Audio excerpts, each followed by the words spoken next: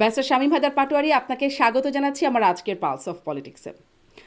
আমি যেই প্রশ্নটা দিয়ে শুরু করি, আপনাদের রাজনীতির কি খবরাখবর সেটি একটু জেনে শুরু করতে চাই। যে রাজনীতিতে এখন অনেক রকম আলোচনা হচ্ছে, জাতীয় ঐক্যমত কমিশন গঠিত হয়েছে, রাজনৈতিক দলগুলোর মধ্যে আলোচনা বা প্রধান উপদেষ্টার সাথে আলোচনা, অনেক কিছু হচ্ছে, কিন্তু আপনাদেরকে আসলে কোথাও দেখা যাচ্ছে না, আপনাদের কোনো রাজনৈতিক কর্মকাণ্ড সেভাবে দৃশ্যমান হচ্ছে না। আপনাদের কি রাজনৈতিক কর্মকাণ্ড আছে বর্তমানে কোনো? আপনারা কি রাজনীতিতে অচ্ছুত হয়ে পড়ছেন? না, রাজনীতিতে কেউ অচ্যুত হবে কেন? কারণ হচ্ছে দেখুন, আমরা 86 সালে ভোটে জিতেছিলাম, 88-তে জিতেছিলাম, 91-তে চরম দুর্বিষহ অবস্থার মধ্যে জাতীয় পার্টি ভোট করে 35টি আসনে এমপি ছিল, 70টি আসনে সেকেন্ড হাইস্ট ভোট পেয়েছিল। 96-তে জাতীয় পার্টি 16% ভোট পেয়েছিল। এখন বিগত 3টি ভোটে অংশগ্রহণ করার কারণে রাজনৈতিক দলের একটা অংশের মধ্যে স্বাভাবিকভাবেই জাতীয় পার্টিকে নিয়ে মিশ্র প্রক্রিয়া আছে। তবে জাতীয় পার্টিকে রাজনীতি করতে দেয়া হবে না, রাজনীতি করতে দেয়া যাবে না, ভোট করতে দেয়া যাবে না, এই দাবিটি ক্ষুদ্র একটি অংশের। সেই ক্ষুদ্র একটি অংশ দেশের রাজনীতিকে ডিকটেট করতে পারে না। তারা দেশের রাজনীতি একটা ফ্যাক্টর হতে পারে, কিন্তু কি অ্যাক্টর তারা হবে না। এই দেশের রাজনীতি করতে যদি কোনো দলকে নিষিদ্ধ করতে হয়, সেটা ঐক্যমত লাগবে। সেই ঐক্যমতটা আমার মনে হয় কখনোই এত হার্ড হবে না। দ্বিতীয়, জাতীয় পার্টিকে অনেক মিটিং এ ডাকছে না, আলোচনাগুলোতে ডাক, এতে তো আমি মনে করি সরকার প্রশ্নবিদ্ধ হচ্ছে, এতে কমিশন গুলো প্রশ্নবিদ্ধ হচ্ছে, কমিশন গুলোতে ডিসকাশন অ্যাপ্রোচটা প্রশ্নবিদ্ধ হচ্ছে, ইনক্লুশনারি কনসালটেশন অ্যাপ্রোচ থাকছে না। আর জাতীয় পার্টিতে অসংখ্য এমপি আছে, মন্ত্রী আছে, দেশ চালাচ্ছে, ফরেন পলিসি এক্সপার্ট আছে, নদী বিশেষজ্ঞ আছে। আমাদের অন্তত 20 জন লোক আছে যারা জেনুইনলি দেশের যে কোনো বিষয়ে যে কোনো সরকারকে মতামত পরামর্শ দিতে পারে, এবং সেটা গ্রহণযোগ্য মতামত হবে। তার একটি উদাহরণ আমি দেই। 1900 জোসেফ কনরাড নামে এক ভদ্রলোক একটা আর্টিকেল লিখেছিলেন, বেসিক স্ট্রাকচার কখনো সংবিধানের বাতিল করা যাবে না। ভারতের প্রখ্যাত আইনজীবী ননী পালকিওয়ালা এটার উপর বেস করে কেশবানন্দ ভারতীতে আর্গুমেন্ট করলেন এবং জাজমেন্ট পেলেন যে কিছু ডেভেলপমেন্ট বা কিছু কিছু রিফর্ম ওখানে বেসিক স্ট্রাকচার হিট করলো। ওটাকে বেস করে বাংলাদেশের সুপ্রিম কোর্টের যে বিভিন্ন বেঞ্চ করা হয়েছিল, সেটাকে সুপ্রিম কোর্ট বললো নালিফাই করে দিল 8 অ্যামেন্ডমেন্ট মামলায়।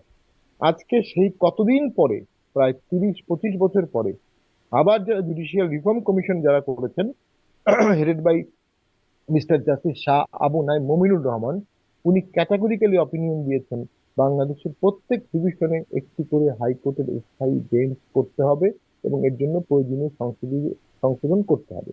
এই কথাটাই জাতীয় পার্টি 30 বছর ধরে বলে আসছিল, decentralisation of justice delivery system, decentralisation of administrative justice delivery system.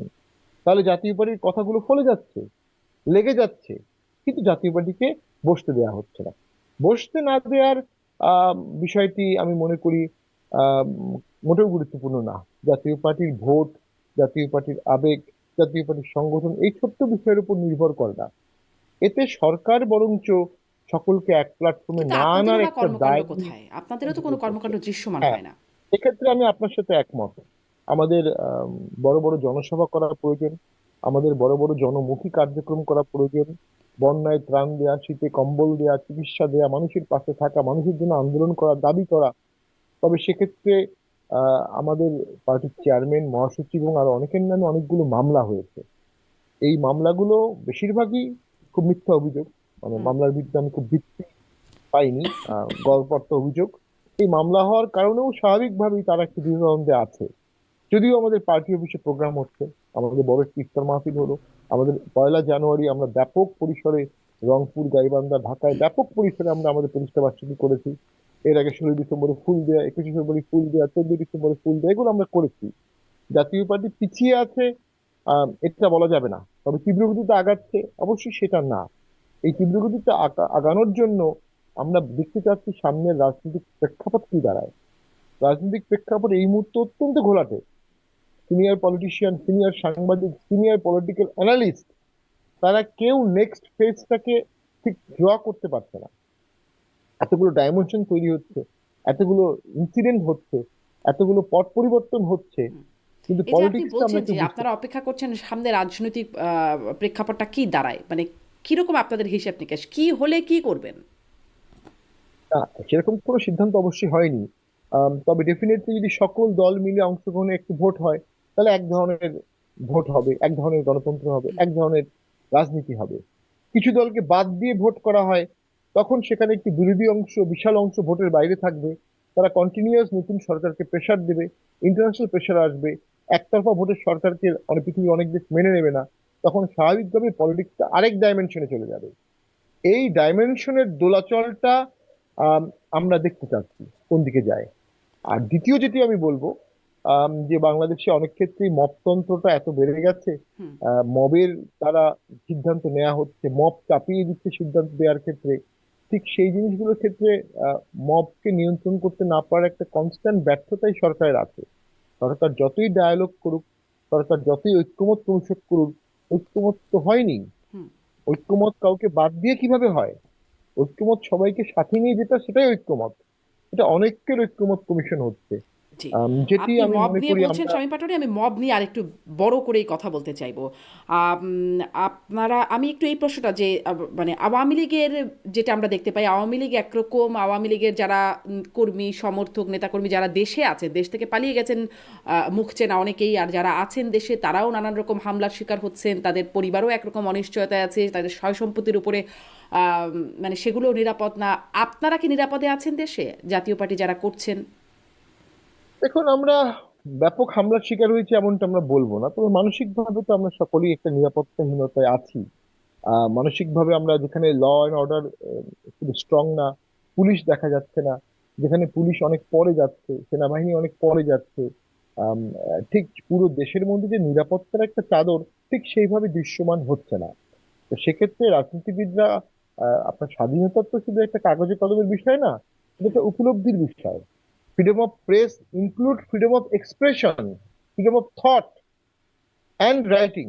আপনি কি চিন্তা করবেন, এই চিন্তার স্বাধীনতা রাষ্ট্রকে দিতে হবে। এখন আপনাকে কোনো হ্যারাস করা হচ্ছে না, কিন্তু আপনার চারপাশে হ্যারাসমেন্টের অসংখ্য ঘটনা ঘটছে। তখন স্বাভাবিকভাবে আপনি স্বাধীনভাবে চিন্তা করতে পারবেন না। স্বাধীনভাবে চিন্তা অবশ্যই বাধাগ্রস্ত হচ্ছে, মিডিয়া ফ্রিডম অবশ্যই বাধাগ্রস্ত হচ্ছে, এবং কলমকে চেপে ধরার চেষ্টা অবশ্যই হচ্ছে। কারণ ওই যে মব, আপনি কারো মতের বিরুদ্ধে গেলে আপনার অফিসে হামলা করা হতে পারে, আপনি কোনো কারো মতের বিরুদ্ধে গেলে আপনাকে রাস্তাঘাটে অপদস্থ করা হতে পারে। এই মব যে রাষ্ট্র ঠেকাতে পারছে না, এটাই তো বাক স্বাধীনতার ভায়োলেশন হচ্ছে। আচ্ছা, আমি মনে মব করি রাষ্ট্র এই ঠেকাতে মুহূর্তে পারছে না, পারছে না নাকি চাইছে না? এই প্রশ্ন নিয়ে কালকেও একটি টক শোতে কথা হয়েছিল। একটা রাষ্ট্র বা একটা সরকার কেন মব ঠেকাতে চাবে না? একটি বিষয় আছে। এই মবের ক্ষেত্রে যারা জড়িত তাদের একটা অংশ এই সরকারের স্ট্রেংথ হিসাবে কাজ করেছে। যারা এই সরকার বসিয়েছে, এই সরকারকে এনেছে, এই সরকারের নিয়োগকর্তা। তো সেক্ষেত্রে অনেক ক্ষেত্রে এমনটা হতে পারে যে নিয়োগকর্তাকে নিয়ন্ত্রণ করতে সরকার সাহসী হতে পারছে না। এটা একটা যুদ্ধ পরিস্থিতি তো। স্বাভাবিকভাবেই সরকার তার স্ট্রেংথের জায়গাটা দুর্বল করে নিজেকে ভিকটিম বানাতে চাচ্ছে না ভবিষ্যৎ কোনো পথ পরিবর্তনে। এই ক্ষেত্রে একটা স্টেটসম্যান দরকার, একটা বন্দোবস্ত, একটা আলোচনা, একটা 300 আসনের বন্টন। এটি শুনতে খারাপ শোনাবে, একটি 300 আসনের বন্টন প্রয়োজন। জিয়াউর রহমান এটা করেছিলেন। জিয়াউর রহমান আসার পরে দেশে হাফাজাত অবস্থা, কোনো রাজনৈতিক দল নাই। সবচেয়ে বড় লার্জেস্ট দল আওয়ামী লীগ, তারা 15ই আগস্টে ভিক্টিম হয়েছে। কিন্তু উনি কিন্তু একটা বন্দোবস্ত করেছিলেন, এতটা আসন আওয়ামী লীগ পাবে, ডিস্টার্ব করা যাবে না, এতটা আসন অমুকরা পাবে, ঠিক আছে, জামাত বিভাগ হবে, ইসলামিক দল বিভাগ হবে। কিন্তু একটা বন্দোবস্তের মধ্যে কিন্তু দেশটা শুরু করেছিলেন। সেই বন্দোবস্তটা এখন অবশ্যই আবার করতে হবে। এবং ডক্টর ইউনূস স্যার যদি সেই বন্দোবস্ত করতে পারেন, উনি সেকেন্ড টাইম নোবেল প্রাইজ পেতে পারেন। আচ্ছা, আর যদি তিনি সেই আপনি, হ্যাঁ, বন্দোবস্ত, হুম, জি, না যদি করতে তিনি সেই পারেন তাহলে? বন্দোবস্তটা না না হ্যাঁ। করেন, তাহলে দেশে সুষ্ঠু ইলেকশন হবে না, বা ইলেকশন হবে না, এবং ব্লাডশেড হবে, এবং দেশ অ্যানার্কি হবে, খান খান হয়ে যাবে দেশ। সেটার দায়ভার তো সরকার প্রধান হিসেবে ওনার কাছে অটোমেটিক চলে আসবে। তিনি এই দায়ভারটা শিফট করতে পারবেন না। জি। আপনি যেটি বলছিলেন যে সরকার হয়তো করছে না কারণ একটা অংশ যারা এর সাথে মবের সাথে আছে তারা সরকারকে বসিয়েছে বা সরকারের নিয়োগকর্তা। ডক্টর ইউনূস তো বলেছিলেন ছাত্ররাই তার নিয়োগকর্তা। মানে কারা আসলে, কোন অংশের কথা আপনি মিন করছেন? ডক্টর ইউনূস তো বলেছিলেন ছাত্ররা তার নিয়োগকর্তা। না, ছাত্ররাই তো মানে একটা অংশ এই মব করছে, বা ছাত্ররা একসময় ঘোষণাপত্রের দাবি দিল, এখন সেকেন্ড রেভলিউশন বলছে, আওয়ামী লীগ নিষিদ্ধ, শেখ হাসিনার ফাঁসি না হওয়া পর্যন্ত কোনো নির্বাচনের কথা কেউ বলতে পারবে না, জাতীয় পার্টির অফিস ভেঙে দিয়েছে। তো এক রাষ্ট্রপতির অপসারণ, বিচারপতিদের অপসারণ, এগুলো তো ছাত্ররা নেতৃত্বে করেছে। তো সেটা একটা ফেজ ছিল, একটা ফেজ পর্যন্ত কিছুটা হয়েছে, এখন তো আর সেই ফেজটাকে অ্যালাউ করা যাবে না। এখন তো নিয়ন্ত্রণের ফেজ, এখন তো সমঝোতার ফেজ, এখন তো অন্তর্ভুক্তির ফেজ, এখন দেশ গড়ার ফেজ, এখন দেশ বাঁচানোর ফেজ। যুদ্ধ পরবর্তী সময়, বিপ্লব পরবর্তী সময়, আন্দোলন পরবর্তী সময়ে এটা হতে পারে। আর পুলিশকে এখনো সরকার উৎসাহিত করতে পারেনি, পুলিশকে এখনো রিফর্ম করতে পারেনি। তো এই যে পুলিশকে রিফর্ম না করা, উৎসাহিত না করার কারণে দেশে ক্রাইম বাড়ছে, পুলিশের মধ্যে একটা দ্বিধাদ্বন্দ্ব।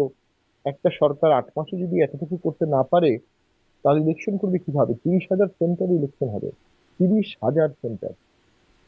এটা কোনো ম্যাটার অফ জোক না। এবং হুম। সেখানে প্রচুর আইন শৃঙ্খলা বাহিনী লাগে, প্রচুর ইনস্ট্রুমেন্ট লাগে, প্রচুর প্রিন্টিং পেজ লাগে, প্রচুর নিয়ন্ত্রণ লাগে, প্রচুর কাঠামো লাগে। এই কাঠামোটা করার দিকে তো আমি সরকারের সদিচ্ছা দেখছি না। জি। মানে আমি সেই আবার ওই জায়গায় ছাত্ররা নিয়োগ করতাম বা তারা তাদের ডক্টর ইউনূসকে ক্ষমতায় এনে বসিয়েছেন বৈষম্য বিরোধী ছাত্র, ছাত্র বলতে বৈষম্য বিরোধী ছাত্র বা সেই অংশের ছাত্রদেরকে নিশ্চয়ই আমরা বলছি।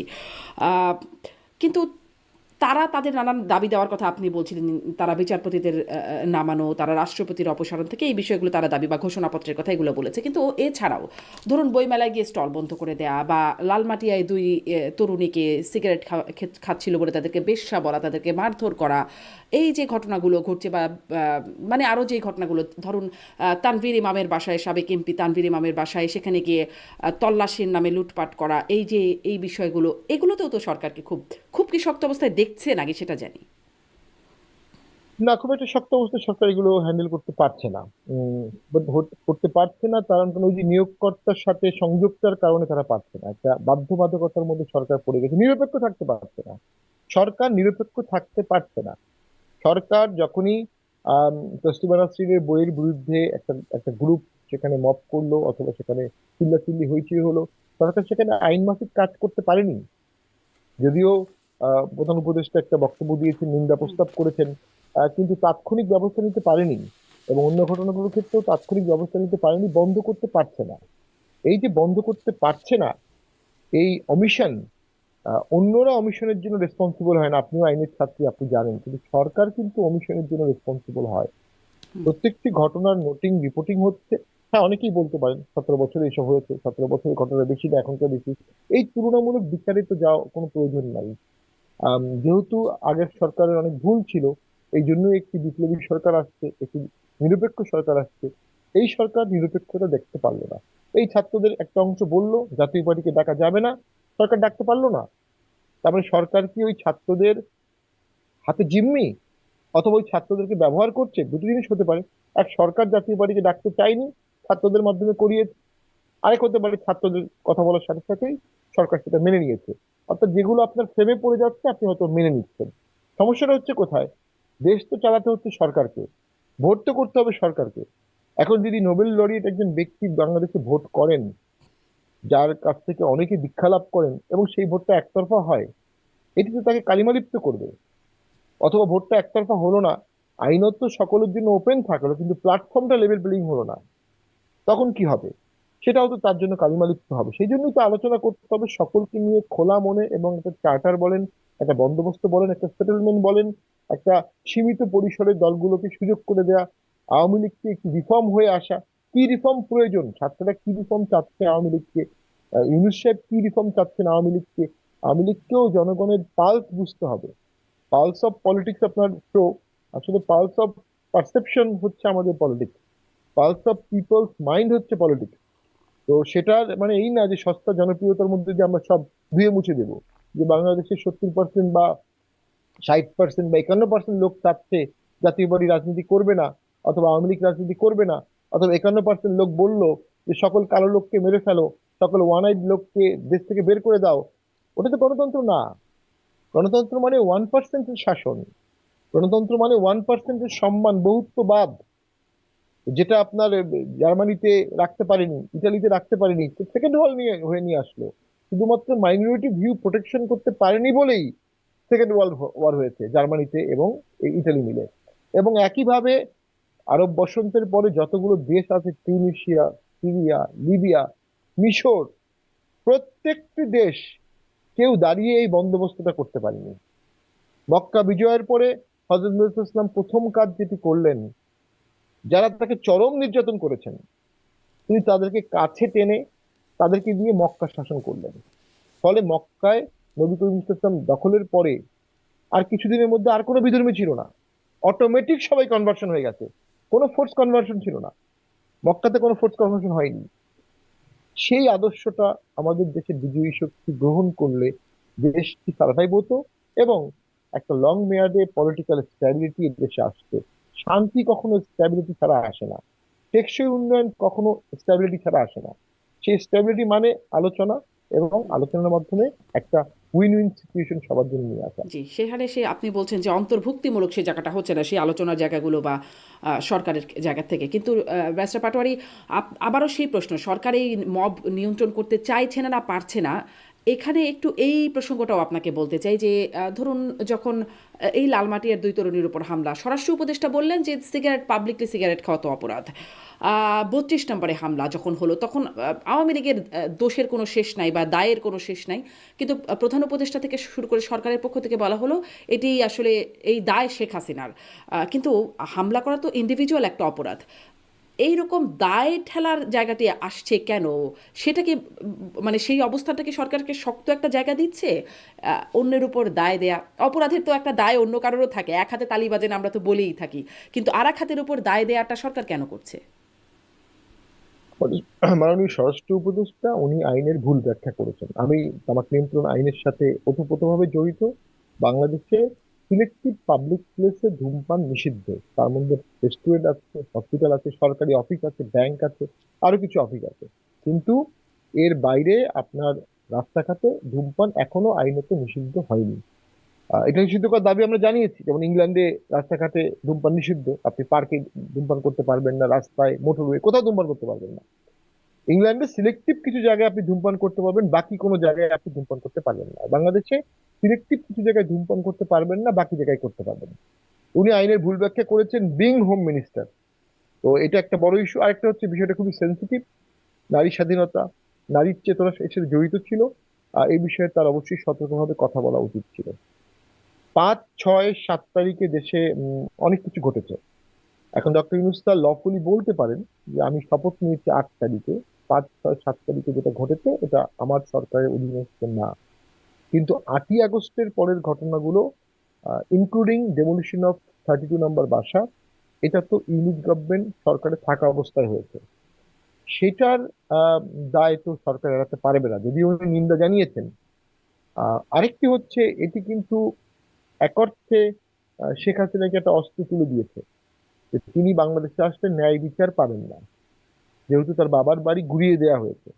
তো যখন শেখ হাসিনাকে ফিরিয়ে নিয়ে আসার তীব্র প্রেশার আসতে পারে, সমন যাবে, বা ইন্টারন্যাশনাল কোর্ট অফ জাস্টিসে মামলা হবে, অথবা গ্লোবালি ডিসকাশন হবে, তখন কিন্তু চট করে এভিডেন্সটা দেখিয়ে দেওয়া হবে যে এই যে 32 নম্বর বাড়ি, এটা ভেঙে কি করা হয়েছে।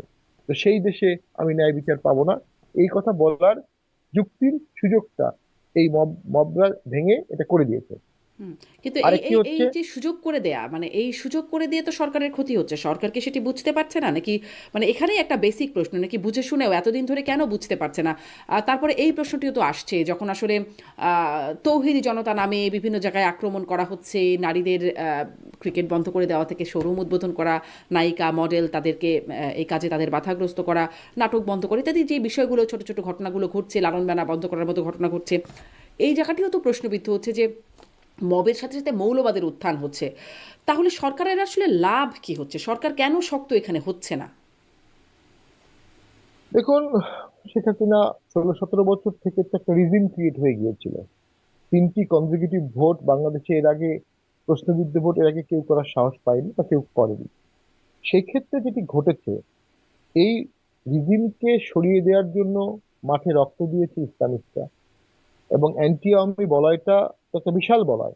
সেখানে স্বাভাবিকভাবে বিএনপি আছে, জামাত আছে, 71 বিরোধীরা আছে, উগ্র মৌলবাদের লোকজন আছে, আম, অনেক প্রগ্রেসিভ লোকও সেখানে আছে। জাতীয় পার্টিও সে আন্দোলনে অংশগ্রহণ করেছিল, আওয়ামী লীগেরও অনেকে অংশগ্রহণ করেছিল, প্রবাসী আওয়ামী লীগরা অংশগ্রহণ করেছিল। ফ্যাক্ট রিমেইন যে এই ঘটনার পরে বিজয়ী শক্তি হিসাবে প্রাথমিকভাবে না হলেও আস্তে আস্তে প্রস্ফুটিত হচ্ছে ইসলামিক শক্তিগুলো। এবং ইসলামিক শক্তিগুলো অনেকদিন পরে অনেক ন্যারেটিভস নিয়ে খোলামেলা কথা বলতে পারছে। 71 সালে জেনোসাইড হয়েছে কিনা, 71 সালে কতজন মারা গেছে, বঙ্গবন্ধু স্বাধীনতা পেয়েছিলেন কিনা, এই বিষয়গুলোর একাডেমিক ডিসকাশন আমি মনে করি অলওয়েজ ওয়েলকাম, কারণ প্রত্যেকটাই সুনির্দিষ্ট জবাব দেওয়ার মতো প্রচুর লোক বাংলাদেশে আছে। এই আলোচনাগুলো একসময় বন্ধ হয়েছিল, এখন সেই আলোচনার দরজাটা খুলে গেছে। খুলে গেছে, এটা খারাপ কোনো বিষয় না।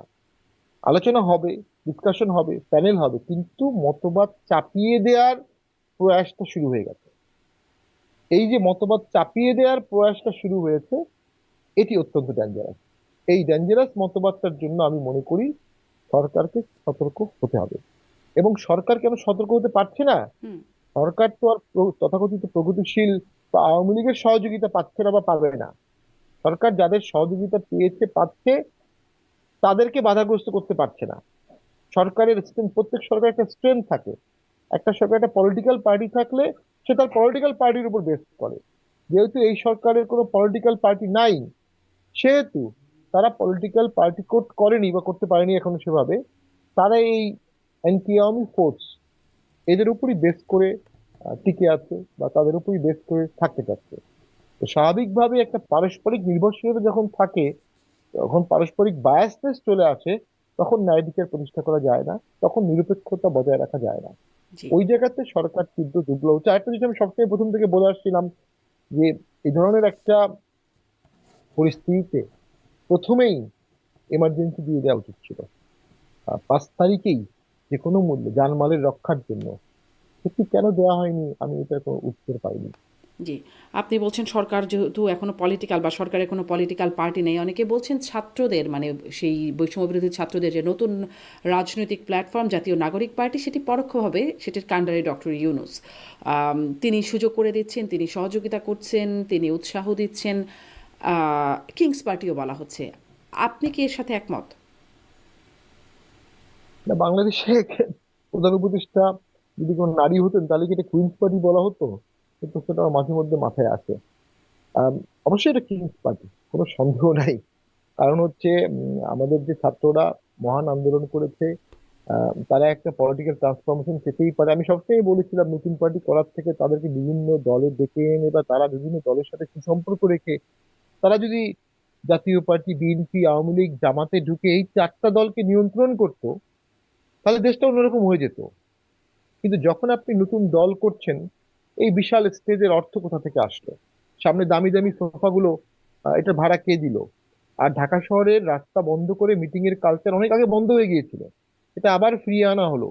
একটি দল আত্মপ্রকাশ করবে বলে একটি রাস্তা বন্ধ করা হলো, এবং বিতর্কিত হয়ে গেল কেন? বাসে করে লোক নিয়ে আসা হয়েছে, ডিসিদেরকে নির্দেশ দেওয়া হয়েছে সমন্বয়কদেরকে বাস দিতে। অর্থাৎ সরকারি আচ্ছাদনেই এই দলটি তৈরি হলো। বৈষম্য বিরোধীদের একটি রাজনৈতিক দল বৈষম্যের গোড়া দিয়েই সূত্রপাত হলো, এবং এটি জনগণের মধ্যে খুব বড় আপিল করতে পারেনি এই সমস্ত কারণে। বৈষম্য বিরোধী ছাত্রদের অনেক আন্দোলনেই বা অনেক দাবির সাথেই শিবির, জামাত একাত্ম থাকতো। তাদের অংশগ্রহণ থাকলেই জনসমাবেশটা বিশাল দেখা যেত। ডক্টর ইউনূসের আশীর্বাদ ছাড়া এবং জামাত শিবিরের অংশগ্রহণ ছাড়া এককভাবে এই দলটি যে বিশাল দল হবে, এতটা আমি আশাবাদী না। আপনি বলতে পারেন জিয়াউর রহমান দল করেছিল, এরশাদ দল করেছিল। ওনারা, জিয়াউর রহমান এবং এরশাদ ছিলেন কমিশন প্রাপ্ত আর্মি অফিসার, ইমপ্যাকেবল ক্যারেক্টার তাদের আর্মি অফিসার হিসাবে। এই তারা সেকেন্ড লেফটেন্যান্ট থেকে শুরু করে জেনারেল পর্যন্ত তাদের স্পটলেস ক্যারিয়ার। এবং জিয়াউর রহমান তো স্বাধীনতার ঘোষকও ছিলেন, 27 তারিখে ঘোষণা দিয়েছিলেন, সেক্টর কমান্ডার ছিলেন। এদের কারোর সাথে কি আমরা এই সকল ছাত্রদের কম্পেয়ার করলে আমরা কি অন পার যোগ্যতা সম্পন্ন কাউকে দেখতে পাচ্ছি? এরশাদ স্যারের অসাধারণ আর্মি অফিসার ছিলেন, দেশে রিফর্ম করেছেন দুর্দান্ত। প্রেসিডেন্ট রেগানের সাথে তর্ক করতে পারতেন ফরেন পলিসিতে, চায়নার সাথে তর্ক করতে পারতেন। তার সাথে কি এই ছাত্রদের কারো তুলনা হবে? অথবা সকল ছাত্র এক করলেও কি জিয়া বা এরশাদের কাছাকাছি হবে? এটা বাস্তবতা, ছাত্রদেরকে বুঝতে হবে। এরপরও জিয়া এবং এরশাদ যখন দল করেছিলেন, বিদ্যমান রাজনৈতিক কাঠামোতে যারা যারা তাদের দলে আসতে চেয়েছে, আওয়ামী লীগ থেকে ছুটে আসা, মুসলিম লীগ, সাবেক প্রাইম মিনিস্টার, সাবেক ভাষা আন্দোলনের নেতা, সাবেক মুক্তিযোদ্ধা, সাবেক বামপন্থী তাত্ত্বিক, সাবেক ইসলামিক ক্লারিক, সবাইকে তারা নিয়ে দল করেছিলেন। শাহজিজকে প্রাইম মিনিস্টার করেছিলেন, এরশাদ স্যার মিজানুর রহমান, মিজান চৌধুরীকে প্রাইম মিনিস্টার করেছিলেন, শাহ মোয়াজ্জেমকে নিয়েছিলেন, ডক্টর মতিনকে নিয়েছিলেন, মওদুদ সাহেবকে নিয়েছিলেন। এই ধরনের লোককে নিয়ে তারপরে একটা দল আত্মপ্রকাশ পেয়েছে। নাগরিক কমিটির যে আত্মপ্রকাশ হলো, সেখানে আমি ছাত্র ছাড়া কোনো রাজনীতিবিদকে পেলাম না। আমার ধারণা ছিল এই 8 মাসে অন্তত 80 জন পোর খাওয়া, প্রবীণ রাজনীতিবিদ ছাত্রদের সাথে যোগ দেবে অথবা ছাত্ররা অ্যাপ্রোচ করবে। এই 80 জনকে নিয়ে একটি দলের আত্মপ্রকাশ হবে। আমরা দেখলাম শুধু ছাত্র দিয়ে আত্মপ্রকাশ হয়েছে। শুধু ছাত্র দিয়ে কি পৃথিবীতে কোনো দল খুব সফল হতে পেরেছে? ছাত্রদের দিয়ে আন্দোলন সফল হয়েছে অনেক। আছে, বলা হয় যুদ্ধ হচ্ছে young man's death and old man's talking. সত্য, রক্ত ছাত্ররাই দেয়, রক্ত তরুণরাই দেয়। কিন্তু ভোট, রাজনীতি, দেশ চালানো, প্রাইম মিনিস্টার, সেখানে কিন্তু তরুণের প্রজ্ঞা এগুলো লাগে। তো সেক্ষেত্রে আমার কাছে মনে হচ্ছে নাগরিক কমিটি, জাতীয় নাগরিক কমিটিকে অনেকে ট্রল করে এটাও বলছে এটা কি জাতীয় পার্টির নাগরিক উইং কিনা, যেহেতু জাতীয় পার্টি শব্দটার মধ্যে রয়ে গেছে। তো আমরা শুভকামনা করি যে তারা অবশ্যই অনেক ভালো করুক। তারা এখনো মার্কা নেয়নি বা এখনো রেজিস্ট্রেশন করেনি, অনেক ভালো করুক। সুচিন্তিত ভাবে তারা দল করুক, অ্যাটাকিং ভাবে না। রাজনীতি মানে আপনার দেশের স্বার্থে আপনার ব্যক্তিগত রাগ, আবেগ, ক্ষোভকে দূরে সরিয়ে আপনাকে দেশের স্বার্থে চিন্তা করতে হবে। এরশাদ স্যার যখন ক্ষমতায় ছিলেন, তখন আর্মি চিফ যিনি হলেন, উনি কিন্তু 90 সালে ওনাকে সহযোগিতা করেননি, অনেকে বলেন আর কি। তারপরে তো এরশাদ তাকে আর্মি চিফ করেছিলেন জেনে শুনে বুঝে। শাহাবুদ্দিন সাহেব তাকে সহযোগিতা করবে না বা তার তল্পিবাহক হবেন না, শাহাবুদ্দিন সাহেব সাহসী বিচারপতি ছিলেন, সন্দেহ নাই। তো এটা উনি জানতেন যে শাহাবুদ্দিন সাহেব ক্রাইসিসে তাকে হেল্প করবে না, এবং শাহাবুদ্দিন সাহেবকে উনি চিফ জাস্টিস করতে চাননি। উনি সাইনিং গিয়ে বলেন যে আমি কলম নিয়ে আসিনি। তখন পাশ থেকে জাস্টিস কামরুল ইসলাম সিদ্দিকী, পরে জাস্টিস হয়েছেন, উনি কলম দিয়ে বলেন স্যার আমার কলম ইউজ করেন। তখন স্যার গজগজ করতে করতে চিফ জাস্টিস সাইন করলেন, কিন্তু উনি সুপারসিড করেননি। কারণ ওই যে দেশের স্বার্থ, ওই যে বিচার বিভাগের স্বাধীনতা, ওই যে বিচার বিভাগের ঐক্য, উনি এটাকে শ্রদ্ধা জানিয়েছিলেন। যে কারণেই এরশাদ স্যারের মৃত্যু হয়েছে। তার চলাচল ছিল রাজার মতো, ফিলোসোফার কিং। তার মৃত্যু হয়েছে রাজার মতো, প্রোটোকল সহ ব্যাপক সম্মানের সাথে। কারণ তিনি ওই কিছু ইনস্টিটিউশনে তিনি কখনো ইন্টারফেয়ার করেননি। ছাত্রদেরকে আমি মনে করি এই দলটি কিন্তু বিভিন্ন সময় নানান চাপে সামনে, পড়ে ভোটে যাওয়া না যাওয়া ইত্যাদি সিদ্ধান্তগুলো তিনি নিয়েছেন, এজন্য তার আবার অনেক বিতর্ক রয়ে গেছে তাকে নিয়ে। মানে বিতর্ক ছাড়া তো রাজনীতি হতে পারে না, সমালোচনা ছাড়া তো রাজনীতি হতে পারে না। আপনার বিরুদ্ধে যখন বিতর্ক হবে, সমালোচনা হবে, তখনই আপনি প্রাসঙ্গিক। যত সমালোচনা হবে তত আপনার প্রাসঙ্গিকতা বাড়বে। দেশে 47টি নিবন্ধিত দল আছে, আর কয়েক হাজার পলিটিশিয়ান আছে প্রখা। আলোচনা কাদেরকে নিয়ে হয়? যারা প্রাসঙ্গিক তাদেরকে নিয়ে হয়। জাতীয় পার্টি প্রাসঙ্গিক, তাই জাতীয় পার্টিকে নিয়ে সমালোচনা হয়। তো আমি শেষ কয়েকটা একটা বিষয় নিয়ে বলছি, যদি আপনি সেকেন্ড রিপাবলিক নিয়ে ছাত্ররা যে দাবি জানাচ্ছে, অ্যাগেইন আমি মনে করি আমার এই প্রিয় ছাত্ররা যারা অকুতোভয় ছিল, আমি মাঝে মধ্যে তাদের ভিডিও দেখি যে ক্যাম্পাসে কি পরিমাণ সাহস তারা দেখিয়েছে পুলিশের সাথে। তো তারা কিন্তু এই সেকেন্ড রিপাবলিক বলে আবার নিজেদেরকে একটা ব্র্যাকেটে নিয়ে আসছে। ছাত্রদের প্রথম প্রবলেম হয়েছে তারা রাজনৈতিক দল করতে দেরি করে ফেলেছে। দুই, বিভিন্ন দলে রাজনৈতিক প্লেসমেন্ট তারা এখনো ঠিকভাবে করতে পারেনি, করা উচিত ছিল। তিন, একটা সঠিক আদর্শ তারা এখনো নিতে পারেনি যে কোন আদর্শে তারা দলটা চালাবে। মধ্যপন্থা বলছে কেউ, ইনকিলাব জিন্দাবাদ বলছে, লাড়কেলিঙ্গে আজাদি এটা বলছে। এই কথাগুলোর মধ্যে দিয়ে কিন্তু অনেকেই ভাবছে বা অনেকে অবজার্ভ করছে যে এই দলটি কোন মতাদর্শের হবে।